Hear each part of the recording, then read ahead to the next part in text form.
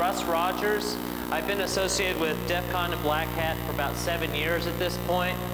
I also own a company. I'm the CEO and co-founder of a company called Security Horizon. Security Horizon has a cooperative research and development agreement with the National Security Agency here in the States to teach and certify security individuals on the InfoSec assessment methodology. Much of the information you're going to see in today's presentation is gleaned from that and the processes they use to ensure that they're using our limited budget to the best possible efficiency, okay? So again, if you have questions, let me know. I'm totally open to it. We can pause. We can make this informal. Again, if you've seen me around, you know better. I'm not totally formal here, all right? Basically, the topic we're going to talk about today is addressing complete security to save money. All right. The abstract here is that technical solutions, when implemented by themselves, are not sufficient enough to secure your organization. All right. And in many instances, a lot of companies go out and they install these things without doing the appropriate research and identification of the critical information within their own companies. And what that does is it can result in wasted resources. Okay? They don't address the critical information. They don't address the business mission. That includes whether you're a bank, a military unit, whatever. Okay? You have to make sure that your solutions address the mission. They don't address any standards or regulations for the most part. We've seen some HIPAA-compliant tools, but at the same time, they're not customized to the organization. Okay? So what I'm going to go ahead and talk about today are some steps that you can take to help address those, okay? The problem is that there's a perception throughout the community that security issues can be solved simply through the use and implementation of security tools, software and hardware. You've all seen it, right? You implement firewalls, you implement intrusion detection, antivirus, whatever else. Your managers are more than willing to give you budget to buy tools, but what are you protecting? And that's what we're going to talk about, okay? Most organizations haven't taken the time to identify these areas or these pieces of information. Okay? Now here's the other piece of the problem. Vendors are out there to sell their products. That's why they exist. Symantec sells a lot of product, or they wouldn't be in business. Same thing with McAfee, Cisco, Checkpoint, these kinds of things. All right? Firewalls, VPNs, IDS, it's all part of this. A lot of the vendors that we see, I'm not picking on anybody here, all right? I use products, so, but we don't sell anything. I'm totally vendor neutral, okay? Product use has to be customized for each organization. So if you work for your own organization and you're going to install products, they have to be customized for your organization. Their use has to be customized, all right? It has to be customized for your mission. Otherwise, we're wasting your valuable resources and your time. So let's talk about the mission statement, all right? Just a little bit. The mission statement of the organization states why you are in business, okay? It says, I'm in business because we make widgets to make money, or I'm a hospital, all right? We're in business as a hospital to save lives, all right? Whatever your mission is. What keeps our company in business? Why were we founded? How do we serve our customers? What services are we offering?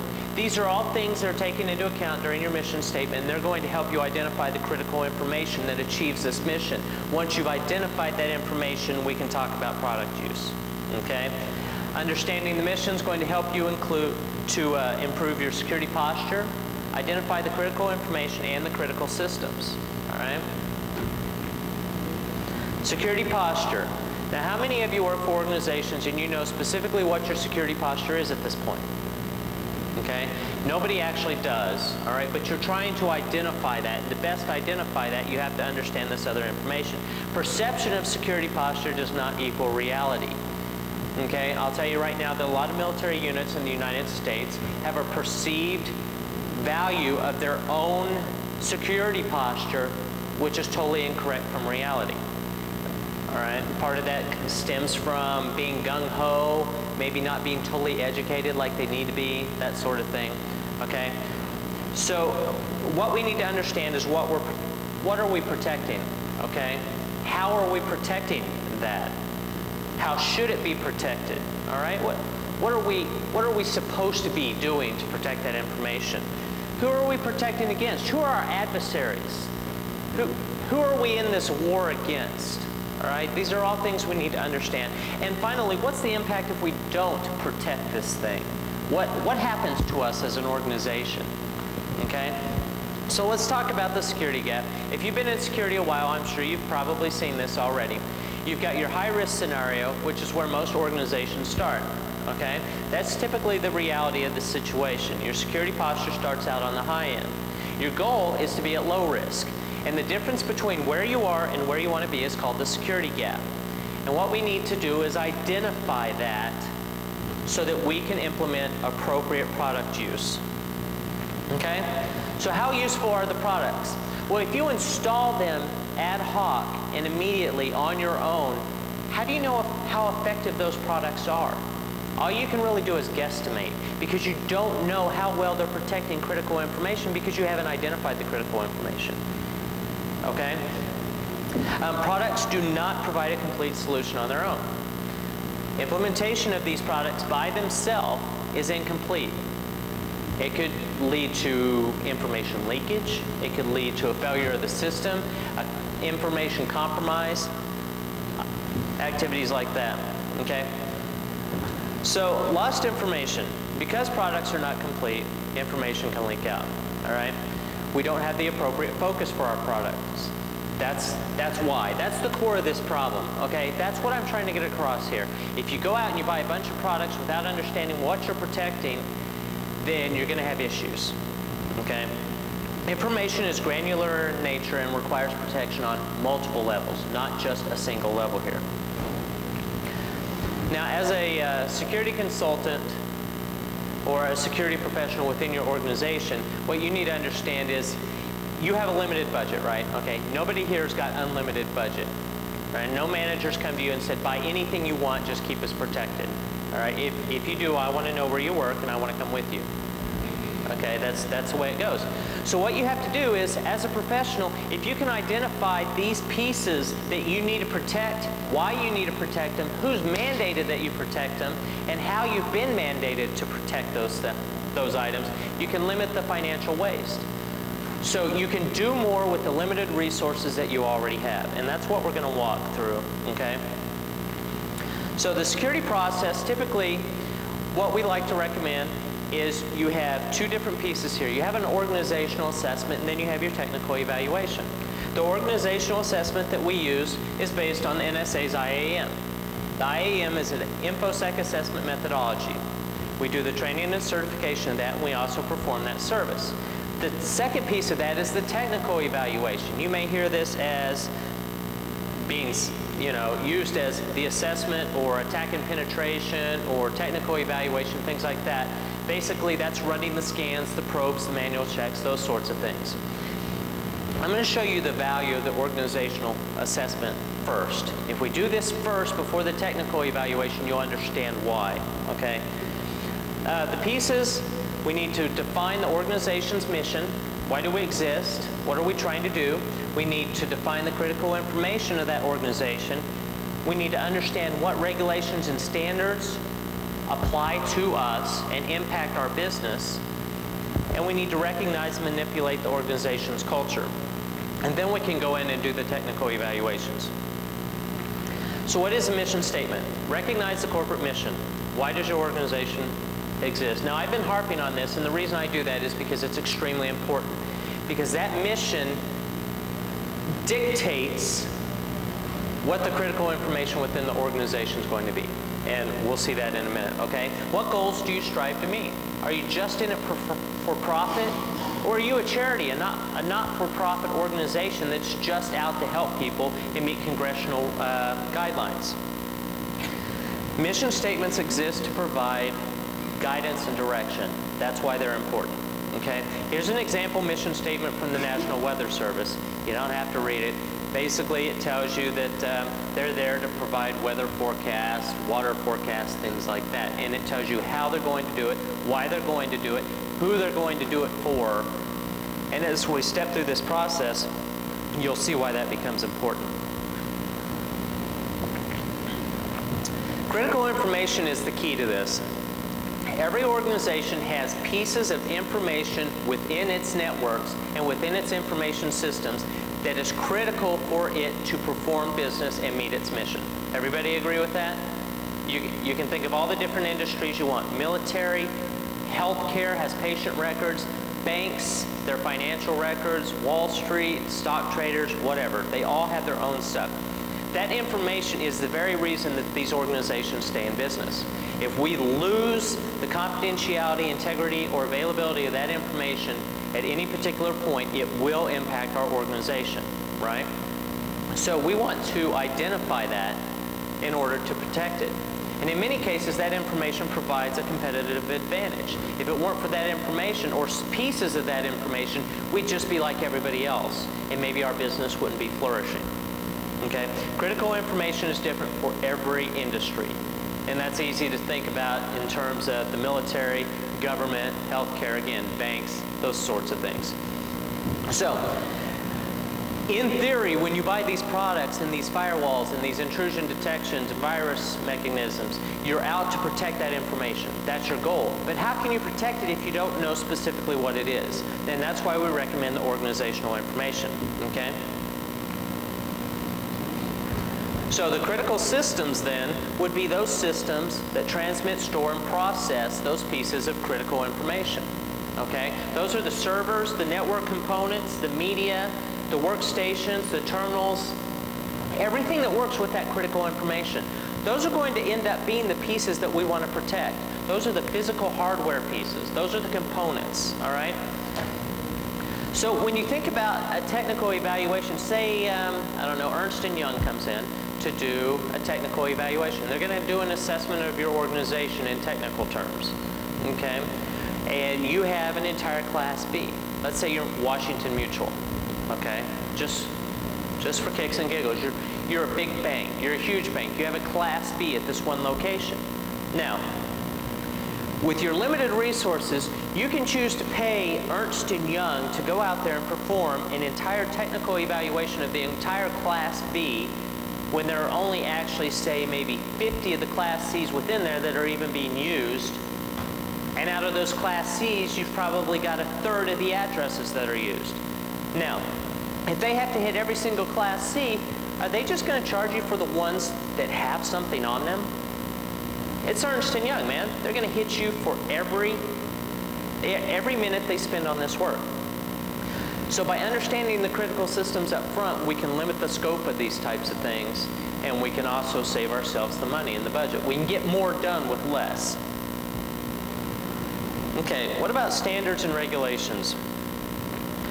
Now, we talk a lot about the standards and regulations in the United States, like HIPAA, Gramm-Leach-Bliley, things like that, okay? But we also have the British standards, the international standards like ISO 17799 that also need to be taken into account for international companies, okay? Which of these standards actually exist and apply to your organization right now, okay? You have to understand those things. You need to know this. Are these things identified prior to the implementation of security products? Why is that important? Well, they're important because if you're installing products that don't do anything to meet regulatory compliance or to protect critical information, you've just wasted resources. And that's very important here because we're trying to get more done with less. The last piece of this is cultural change.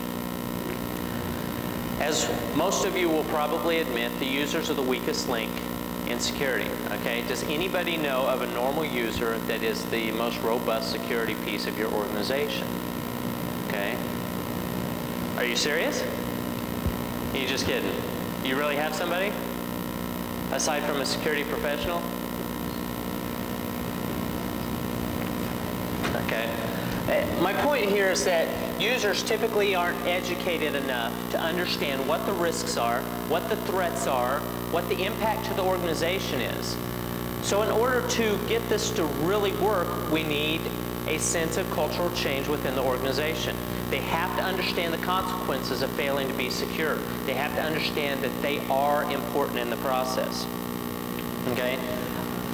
Obviously, cultural change cannot be addressed directly through security products, maybe training courses, if you consider that a security product.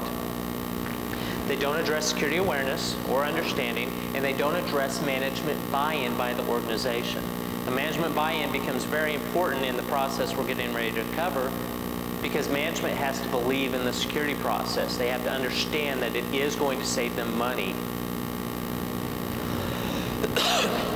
and limit waste. Okay? In a nutshell, organizational assessments identify the information required to better use your financial resources in that organization for security. Okay? They also help to focus the security efforts and limit waste. So let's talk about what an organizational assessment is. Critical information types need to be identified. Okay? Basically, we're talking about sitting down and figuring out what information is required by that organization to accomplish that mission and stay in business. Okay, again, it comes back to, can you really be secure if you're not sure what this critical information is? So the first step, we want to start by listing all the information used in the organization. All right, this is going to be a painful process. You're going to sit down with other people in the company that know what's going on, the background, and you're going to list everything you can possibly think of. I like to use, a whiteboard or maybe one of those big tear pads of paper, and you sit down and you list everything.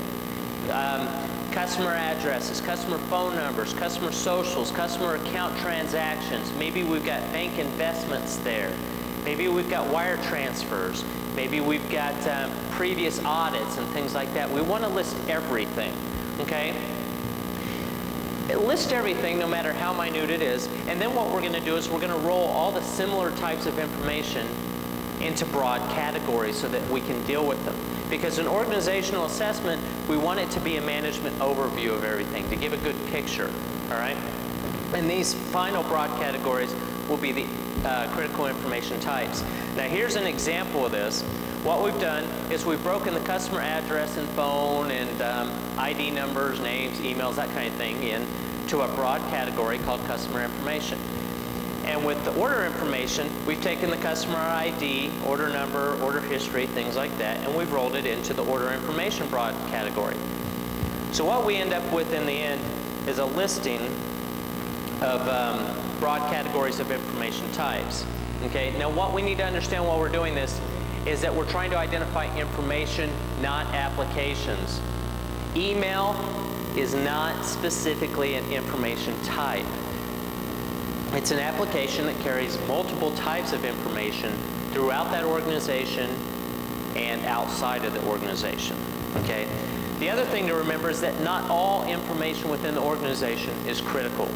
Okay? It may be important to accomplish certain pieces of the mission, but maybe not the critical pieces of the organization. If we lose the CIA of a particular information piece for a small period of time, it may not impact our organization as much.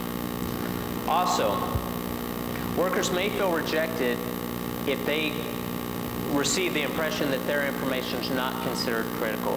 What they need to understand is it may not be critical, but maybe it's really important. Okay, maybe it's just important to the organization. If it weren't important, they wouldn't have a job, or at least, hopefully. Depends on who you work for, right?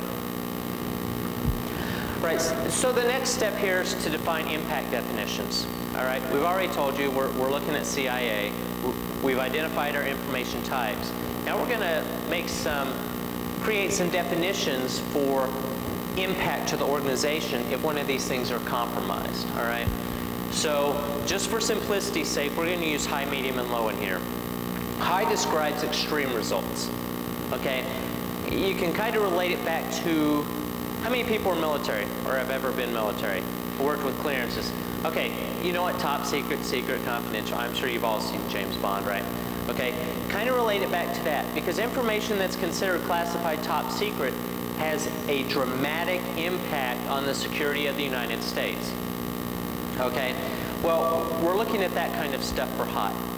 Okay, for medium, we're talking about moderate results, things that they're going to impact us. They're going to cause us a lot of inconvenience, a lot of pain, maybe some bad publicity, stuff like that. And then the low, basically inconvenience. Right. Things that slow us down, they're a pain in the butt, those types of things. All right. So let's give some examples. I've kind of spread these out across an industry. So for high, we've got loss of life. Now, when I say loss of life, let's think of a police organization, law enforcement. If I lose a police officer, that could be considered a high impact on the organization. Now, if I'm a military organization and I have a loss of life during a war, it's a completely different subject, right? Okay, a loss of life during a war can be considered something that's expected, all right? Denial of personal liberties in the United States, that's a huge thing. And then bankruptcy, maybe widespread reputation damage. For medium, maybe we're looking at a hospital, steep government fines for non-compliance with HIPAA regulations, okay? Delay of an arrest. Somebody changed the information on a warrant, and now we can't get the guy we need when we need him, okay?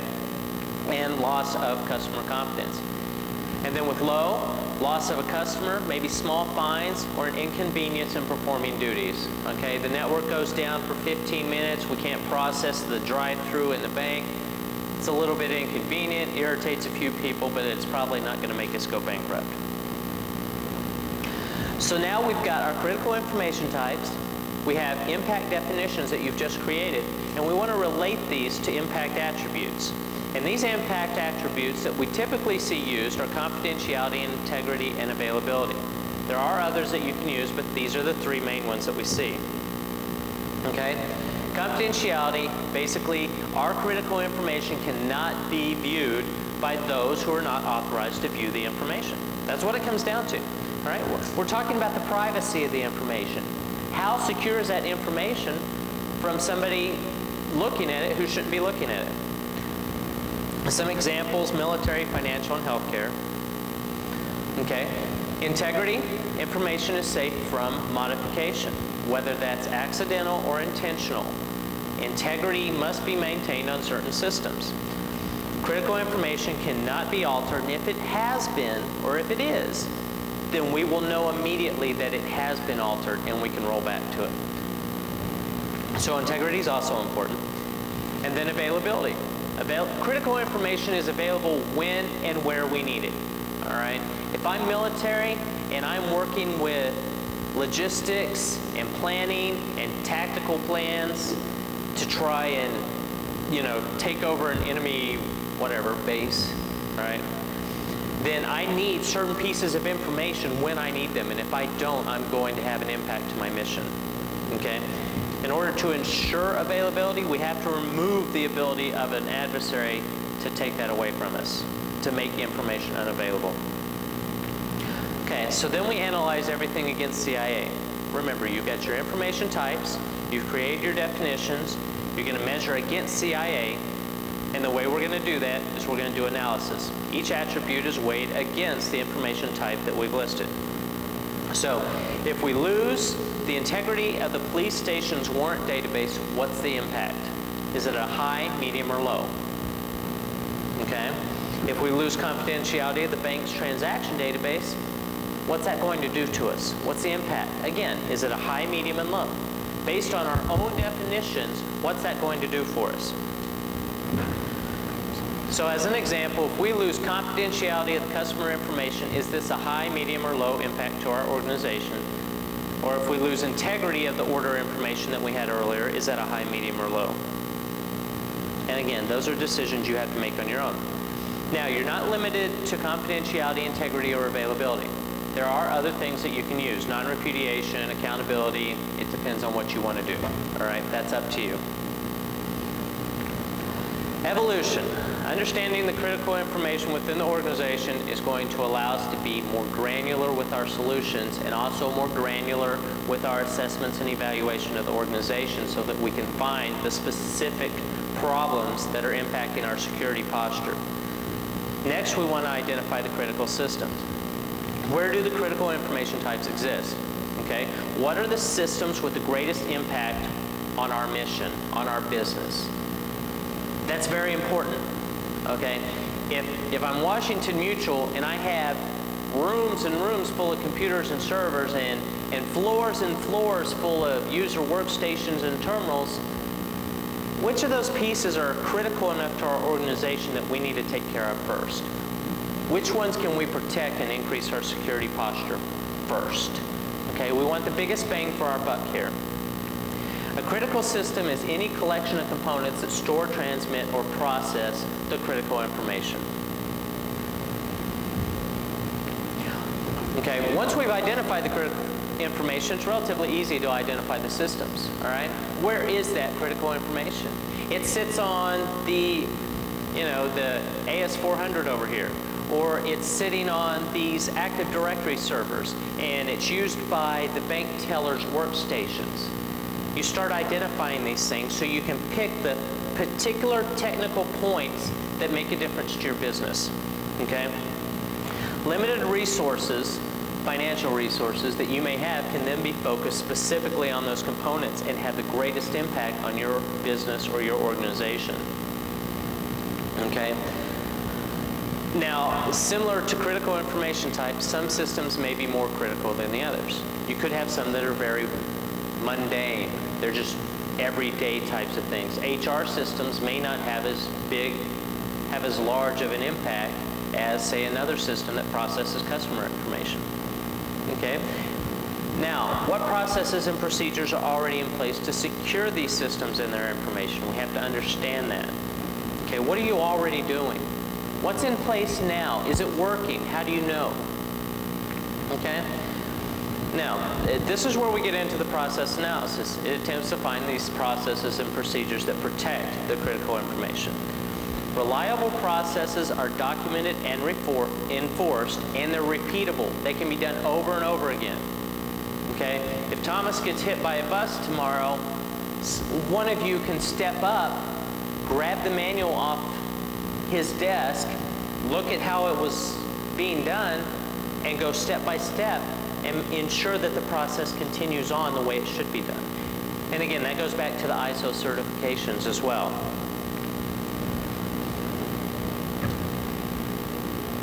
Okay, process analysis also takes into account relevant standards and regulations. What are we accountable to? I'm a hospital. I have HIPAA compliancy issues with the privacy and security rules. What do I have to do? How do I have to do it? There are also there's local, national, and international levels. If I'm an international organization, maybe I have different regulations in the United States than I do in Europe, where we have other branches, or maybe it's in Asia, okay?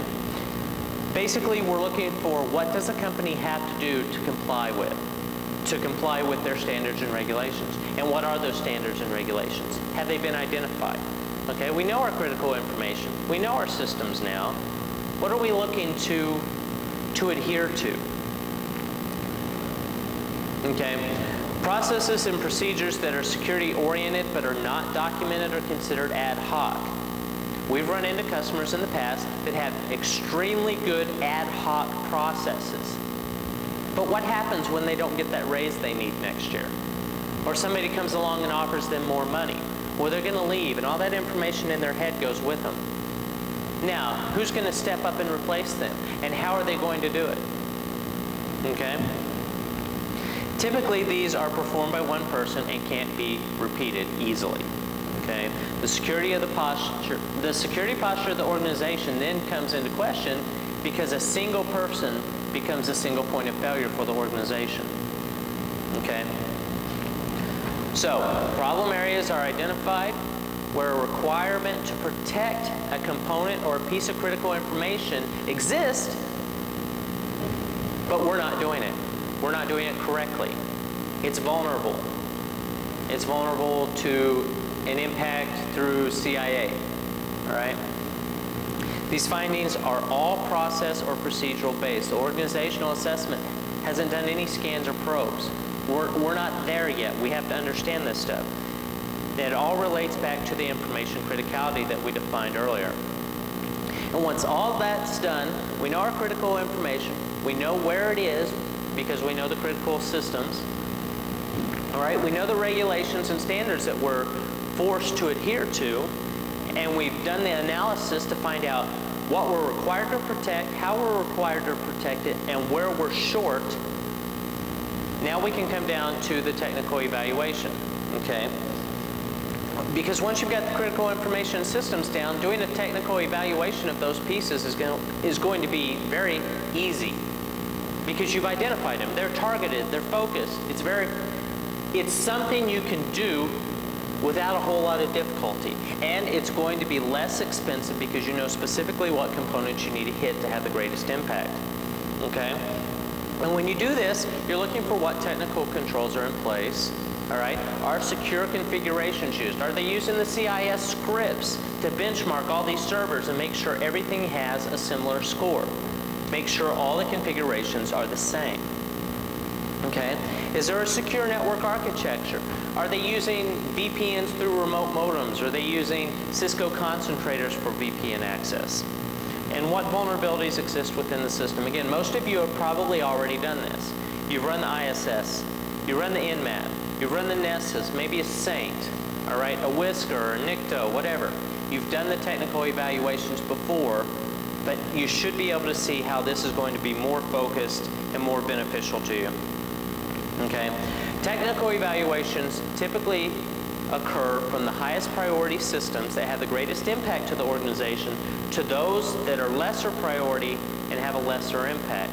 That way, the vulnerabilities and findings that you have during this evaluation process are from top to bottom. We can fix these in priority order. Okay? All systems are evaluated. Don't get me wrong. We just want to do the priorities first. Okay? Mission critical systems are addressed first because they have the greatest impact. It makes total sense. Low priority does not imply a lack of importance. You can still get in through a low priority system and take down the rest of the company. Okay? Technical evaluations, again, like I said, include vulnerability scans, port scans, application checks, things like that. Technical findings relate to problem areas that put the critical information at risk of being compromised by an intruder. Whether you want to call them a hacker, corporate espionage, whatever. Okay? Technical evaluations are sometimes referred to as a complete assessment by customers because that's what vendors have sold them on, and that's not true. That's not totally true. Okay, so what makes acceptable recommendations? Okay, they should address several issues here. Cost. Financial, time, human. What kind of costs? What kind of involvement are you having to put in this? What kind of investment are you putting into this recommendation? Okay. Constraints, operational, financial. We don't have a huge budget. We can't go out and buy a 13-node array of, firewalls, however you want to set it up across all of our branches in the country.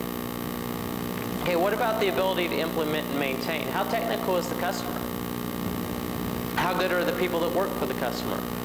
How are they going to be able to maintain this and keep it up? Is there a lot of cost as far as time for doing this work? Now, what we recommend is that you look at multiple levels of recommendations for every finding. Okay? The reason we do that is because if you give a best-of-breed solution for every single finding you've got, what are the chances that your organization is going to be able to implement every single one of those? All right? If you give multiple levels, then you've given the customer options. All right? They can take the best-of-breed.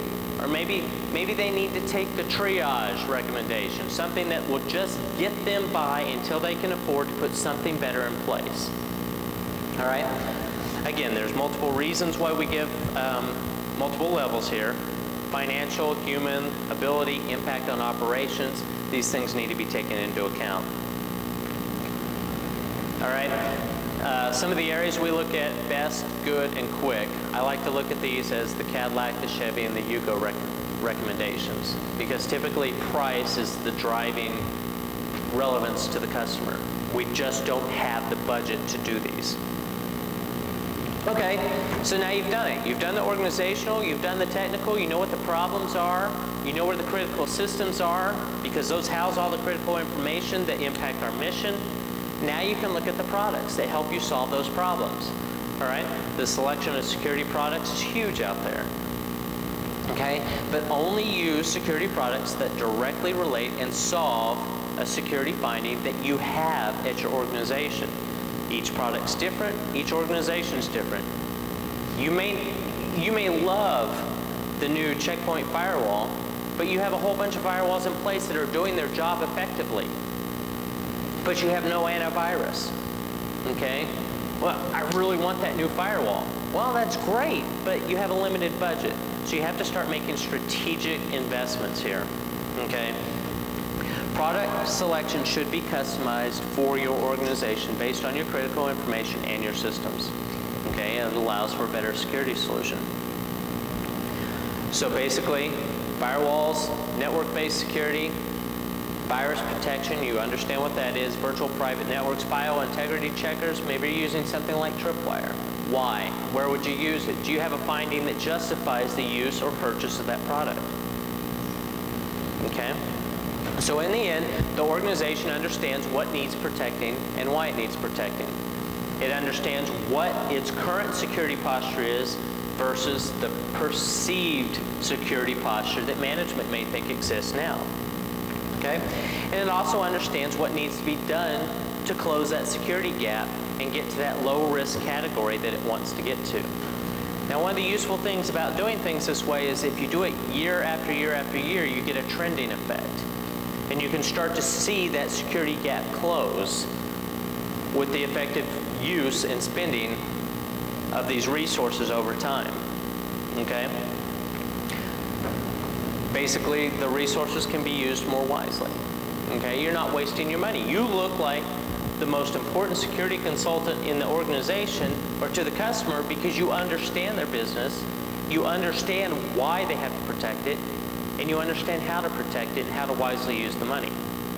Okay?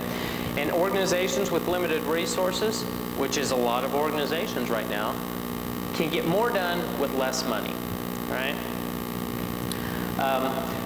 One of the important things to understand here is I give product vendors a lot of crap during my talks, and that's because they pitch a lot without giving a good reason for why. Okay? But too little security obviously can result in a compromise, but too much results in a waste of resources. So if I buy more than I need of a particular product or solution, then that's money I could have used on something else, which also could lead to a compromise. So it's a delicate balance you guys are walking here. All right, just one last plug. We do have a book out that just came out about the organizational assessment. And I know I flew through it. They're very basic steps that I gave on here. In the book, we give the templates and the step-by-steps. I know Dave has it out at Breakpoint if you want that. If you have questions about it, you're welcome to talk to me. This is my contact information. If you need to talk to me, please write it down because I do not have any business cards because we just moved.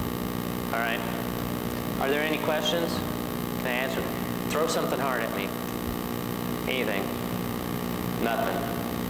Anybody awake? Thanks, Nate. All right, well, that's all I've got. If you have any questions or you want to talk afterwards, please come up. We will be at the gala tonight doing a book signing. Okay, and that's from 6 to 8. It's free alcohol and free food, so come on out. All right?